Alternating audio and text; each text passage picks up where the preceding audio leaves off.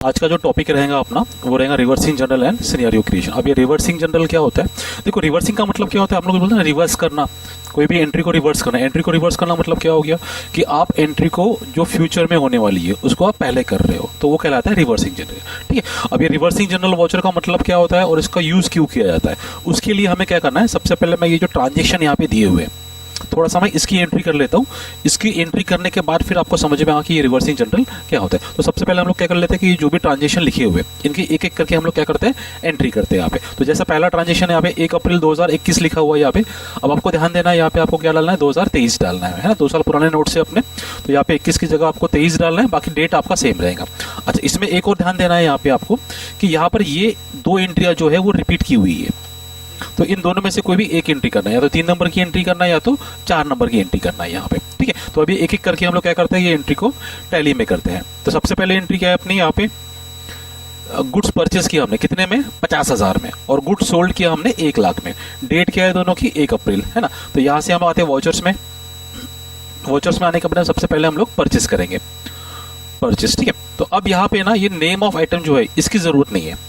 इसकी जरूरत क्यों नहीं है, क्योंकि यहाँ पे जो क्वेश्चन हमको दिया हुआ है, इस क्वेश्चन में ये नहीं दिया हुआ है कि हमने क्या परचेस किया है ना, सिर्फ क्या बोला गया कि गुड्स परचेस किया 50,000 का। तो ध्यान रखना कि जब आपको इस टाइप से क्वेश्चन आते हैं प्रैक्टिस के लिए, तो आपको यहाँ पर ये नेम ऑफ आइटम की जरूरत नहीं है। तो हमें क्या करना पड़ेगा, यहाँ से चेंज मोड करना पड़ेगा, और यहाँ से जो अकाउंटिंग इनवॉइस है हमें उस पर आना है। ठीक है, अब यहाँ पे हम लोग पार्टी नेम में क्या खरीदा, किससे खरीदा हमने, तो यहाँ पे जो क्वेश्चन है उसमें बोला गया कि हमने गुड्स परचेस किया कैसे, कैश में। तो यहाँ पे आपको सिलेक्ट करना है ऊपर कैश, और नीचे में जो है वो आपको परचेस का लेजर बनाना है।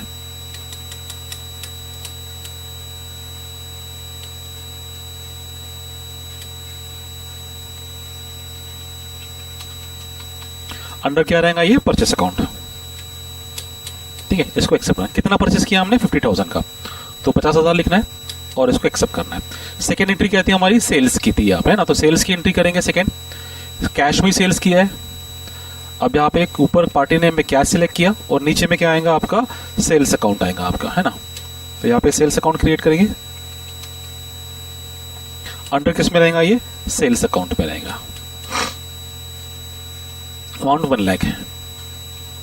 ठीक है, तो ये 2 एंट्रियां हो गई है। अब तीसरी एंट्री क्या है यहाँ पे, अगर हम लोग तीसरी एंट्री देखेंगे तो सैलरी पेड बाय कैश। अब ये सैलरी पेड बाय कैश की जो एंट्री है 1 अप्रैल में करना है, फिर मई में करना है, जून जुलाई अगस्त तक करना है यहाँ पे। ठीक है, तो हम लोग सीक्वेंस से सारी एंट्री कर लेते। तो यहाँ से हम लोग जाएंगे पेमेंट वाउचर में। पेमेंट वाउचर में जाने के बाद में कैश सिलेक्ट करना है, और यहाँ पर लेजर बनाना है आपको सैलरी का। ठीक है, ये रहेगा हमारा इनडायरेक्ट एक्सपेंसेस, और सेव कर देंगे। अब सैलरी कितनी दी हमने, 5,000, तो यहां लिखना है आपको 5,000, और इसको एक्सेप्ट कर देंगे। फिर डेट चेंज करना है, यहां से F2 से 1/5 करना है ना, हर महीने की डेट डालना है आपको। सैलरी कितना देना है, 5,000। फिर डेट चेंज करेंगे 1/6, सैलरी वापस 5,000। फिर F2 से डेट चेंज करेंगे 1/7, सैलरी 5,000। ठीक है, और एक लास्ट एंट्री करेंगे हम लोग 1/8 में, सैलरी कितना, 5,000, और एक्सेप्ट कर देंगे यहाँ पे। ठीक है, अब ये होने के बाद में अब हम लोग आते हैं इसका प्रॉफिट एंड लॉस की तरफ में। तो प्रॉफिट एंड लॉस में आ गए हम लोग। प्रॉफिट एंड लॉस में आने के बाद में अब यहाँ पे मुझे जो प्रॉफिट देखना है वो 1 अप्रैल से 31 अगस्त तक का देखना है। तो हम लोग क्या करेंगे, यहाँ से ऑल्ट F2 प्रेस करेंगे, और 1 अप्रैल से 31/8 की डेट डाल देंगे।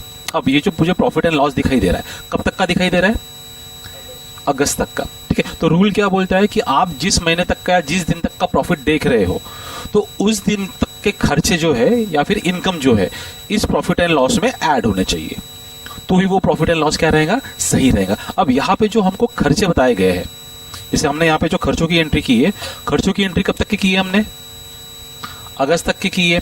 तो क्या अगस्त में जो हमने सैलरी दी है, क्या वो अगस्त महीने की है, कौन सी तारीख को सैलरी की है हमने,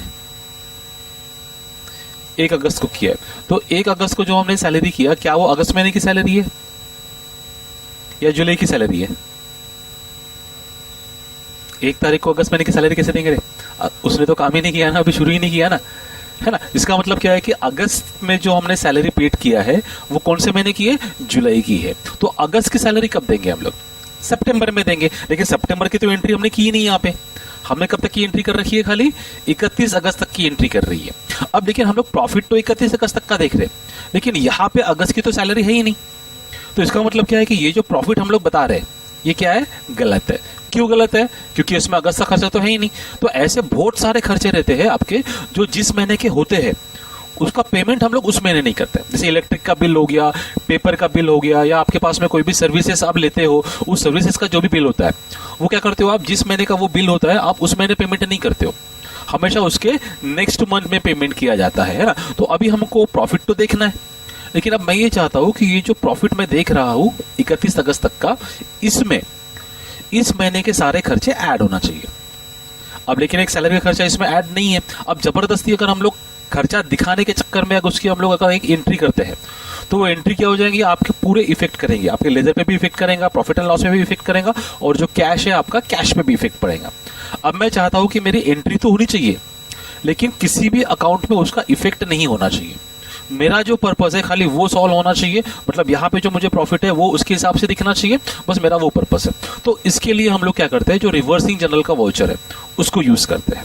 ठीक है, तो अभी यहाँ से हम लोग रिवर्सिंग जनरल का वाउचर यूज करेंगे। तो क्या करना है? रिवर्सिंग जनरल का वाउचर करने के लिए आपको आना है गेटवे ऑफ टैली पे, वाउचर्स में जाना है। यहां से आपको क्या करना है? ये जो अदर वाउचर्स है, शॉर्टकट कीज क्या है? F10, इसे क्लिक करना है। यहां से जाना है आपको शो इनएक्टिव में, और यहाँ पे जो आपको ऑप्शन दे वाउचर दिखाई दे रहा है रिवर्सिंग जनरल का, आपको इसको एंटर करना है। इसको एक्टिवेट करने के लिए यस करेंगे।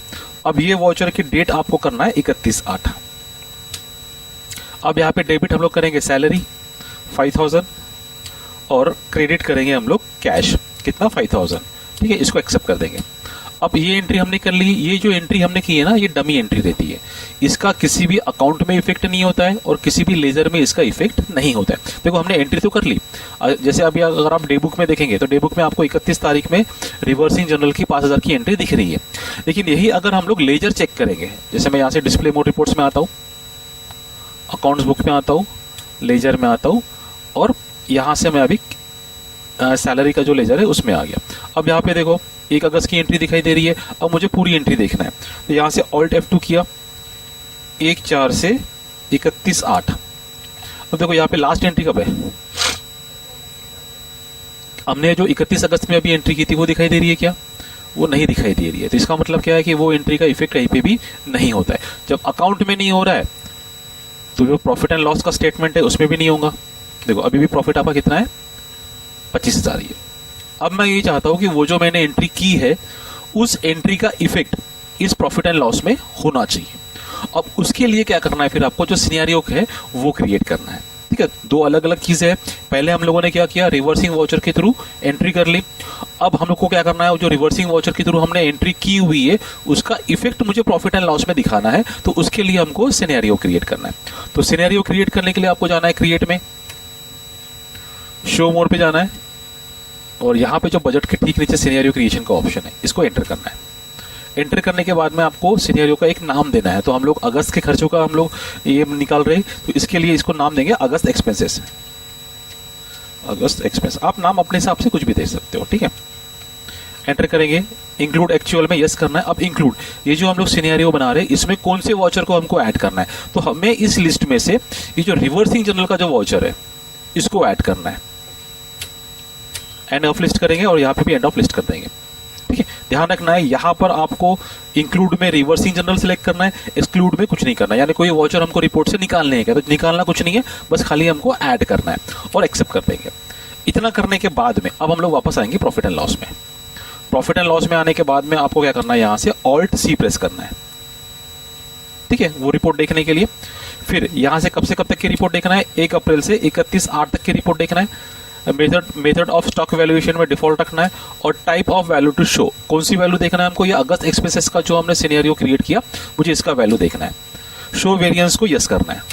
तो अब देखिए यहाँ पे ये आपका एक्चुअल प्रॉफिट जो 25,000 दिखा रहा था, और ये 5,000 का जो खर्चा एक्स्ट्रा वो इसमें ऐड हो गया, तो आपका प्रॉफिट कितना हो गया? 20,000। यानी ये आपको बताता है कि आपका नॉर्मल में जो आपका खर्चा था वो 25,000 हुए, और ऐसे खर्चे जो इस महीने नहीं हुए वो हम लोग नेक्स्ट मंथ में करने वाले हैं। वो कितने खर्चे हैं? 5,000 के खर्चे। अगर उन खर्चों को मिला दिया जाए तो आपका प्रॉफिट कितना हो गया? 20,000। ठीक है, तो इस तरीके से हम लोग रिवर्सिंग जनरल और सिनेरियो क्रिएशन यूज करते हैं। क्लियर हुआ? ठीक है, इसके लिए आज के लिए इतना ही है।